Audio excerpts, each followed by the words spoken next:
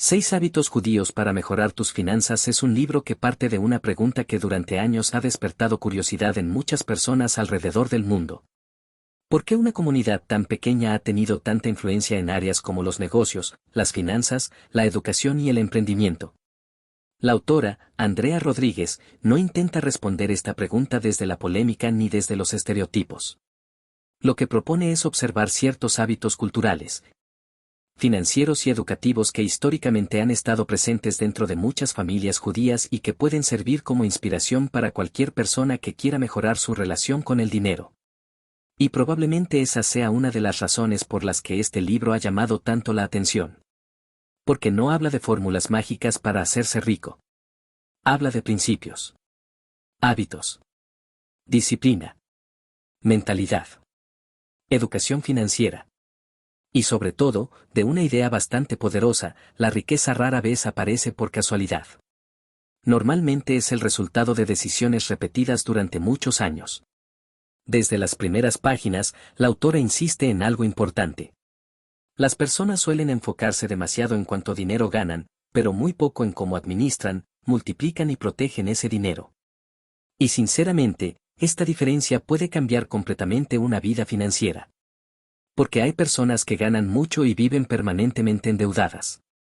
Mientras que otras, con ingresos más modestos, logran construir estabilidad y patrimonio gracias a hábitos sólidos.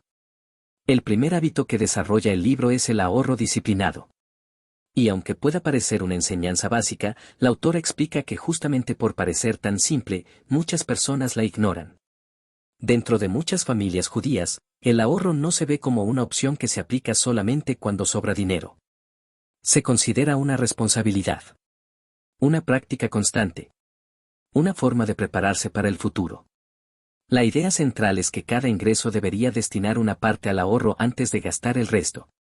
No ahorrar lo que sobra. Ahorrar primero. Y probablemente esta pequeña diferencia explique muchísimo. Porque muchas personas pasan años esperando el momento ideal para comenzar a ahorrar. Pero ese momento casi nunca llega. Siempre aparece un gasto nuevo. Una urgencia. Una excusa.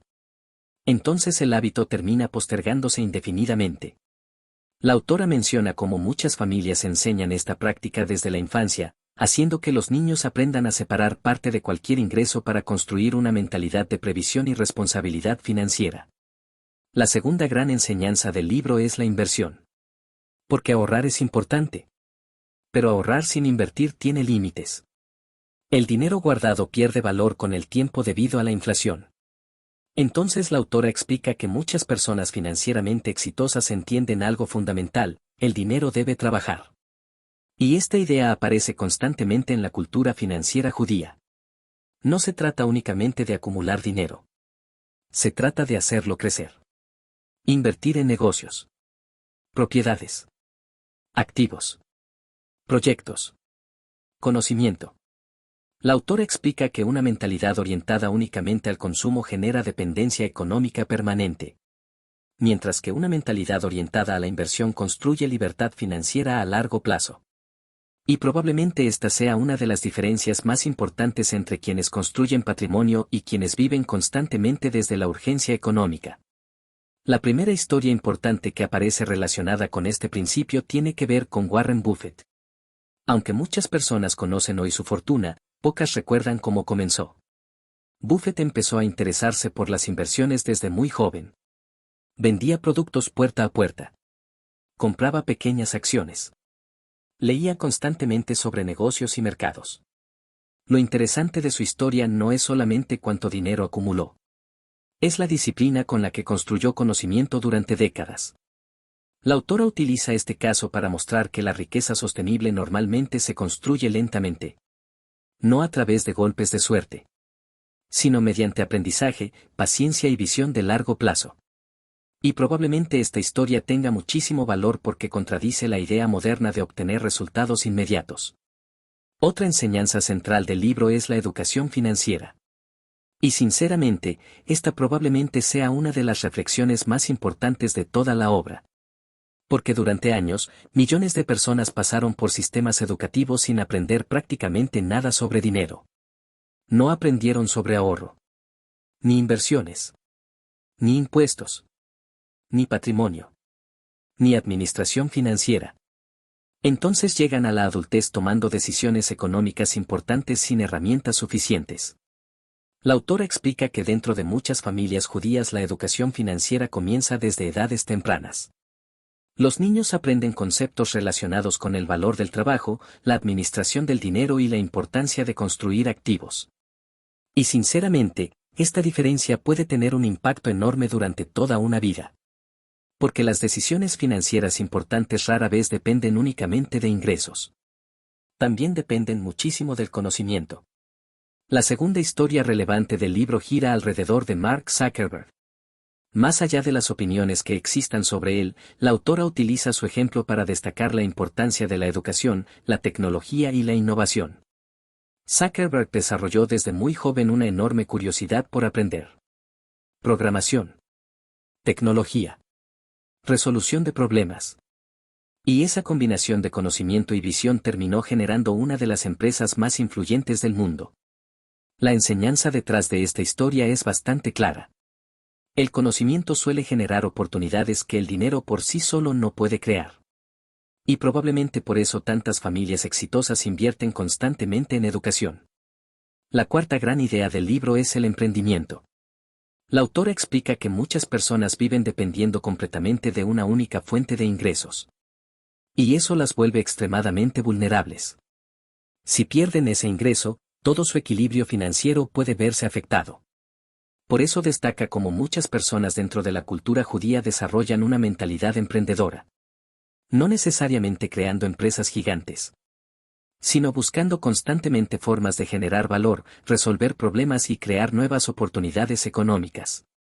Y probablemente esta mentalidad sea más importante que nunca en la actualidad. Porque vivimos en una época donde la tecnología cambia industrias completas en pocos años. La capacidad de adaptarse y crear valor se vuelve una ventaja enorme. La tercera historia importante que aparece en el libro está relacionada con Larry Page. La autora lo menciona como ejemplo de alguien que transformó una idea aparentemente simple en una empresa capaz de cambiar completamente la forma en que el mundo accede a la información. Lo interesante de esta historia no es solamente el éxito económico. Es la capacidad de pensar en grande. Resolver un problema real. Y construir algo que genere valor para millones de personas. Y probablemente esa sea una enseñanza muy importante. Porque los negocios más sólidos normalmente nacen cuando alguien se enfoca en ayudar o resolver necesidades reales. La quinta enseñanza del libro es la importancia de las relaciones. Y esta parte resulta especialmente interesante. Porque muchas personas piensan las finanzas únicamente desde números. Pero la autora insiste en algo distinto. Las relaciones correctas pueden abrir puertas enormes. Mentores. Socios. Clientes. Amigos. Redes profesionales. La confianza y la reputación suelen convertirse en activos extremadamente valiosos. Y probablemente esta sea una de las razones por las que muchas comunidades exitosas invierten tanto en construir vínculos sólidos. La cuarta historia importante está relacionada con la manera en que las comunidades judías históricamente se apoyaron mutuamente durante periodos extremadamente difíciles. Persecuciones. Migraciones. Crisis económicas. Cambios políticos.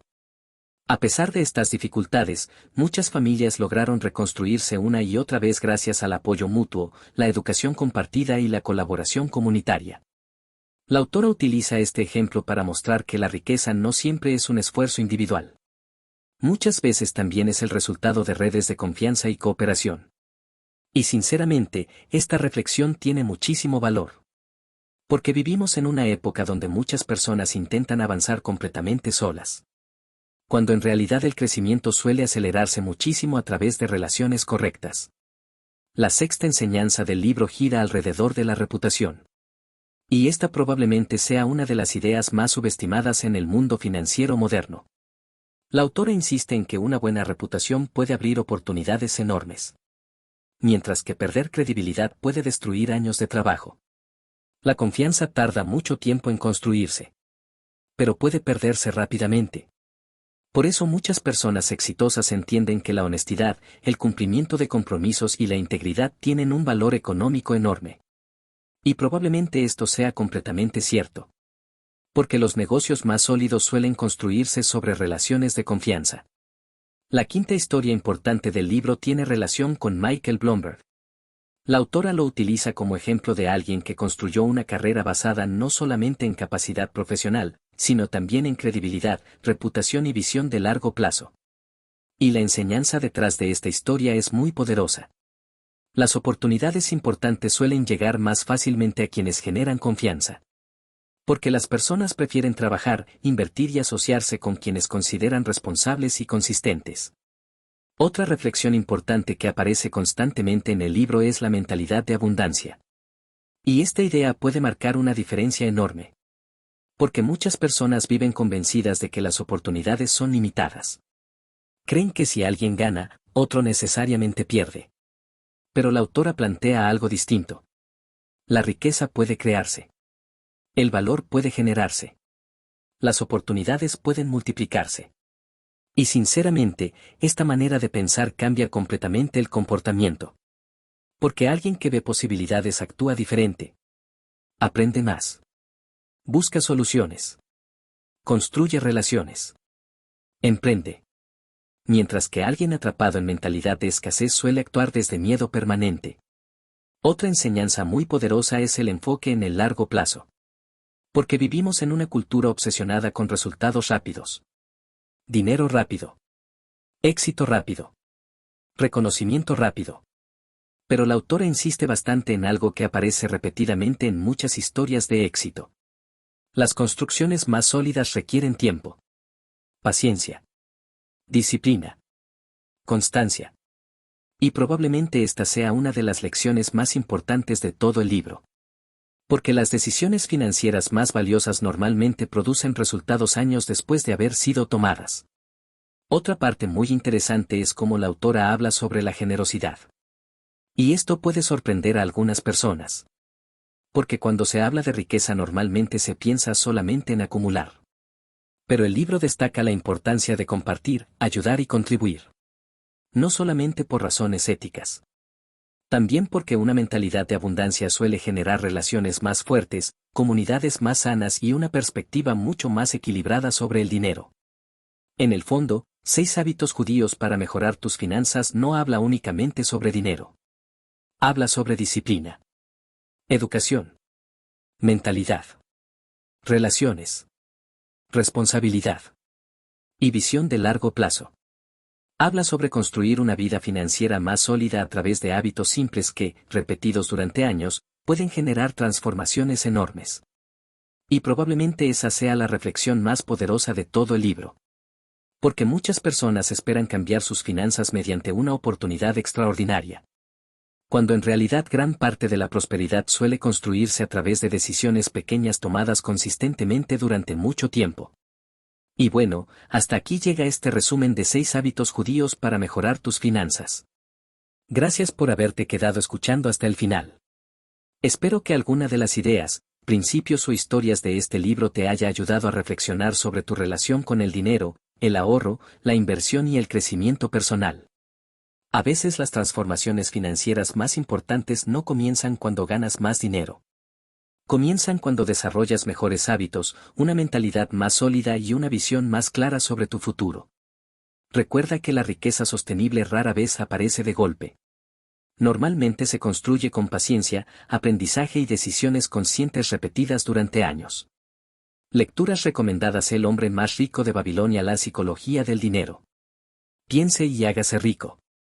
El millonario de la puerta de al lado. Gracias nuevamente por escuchar.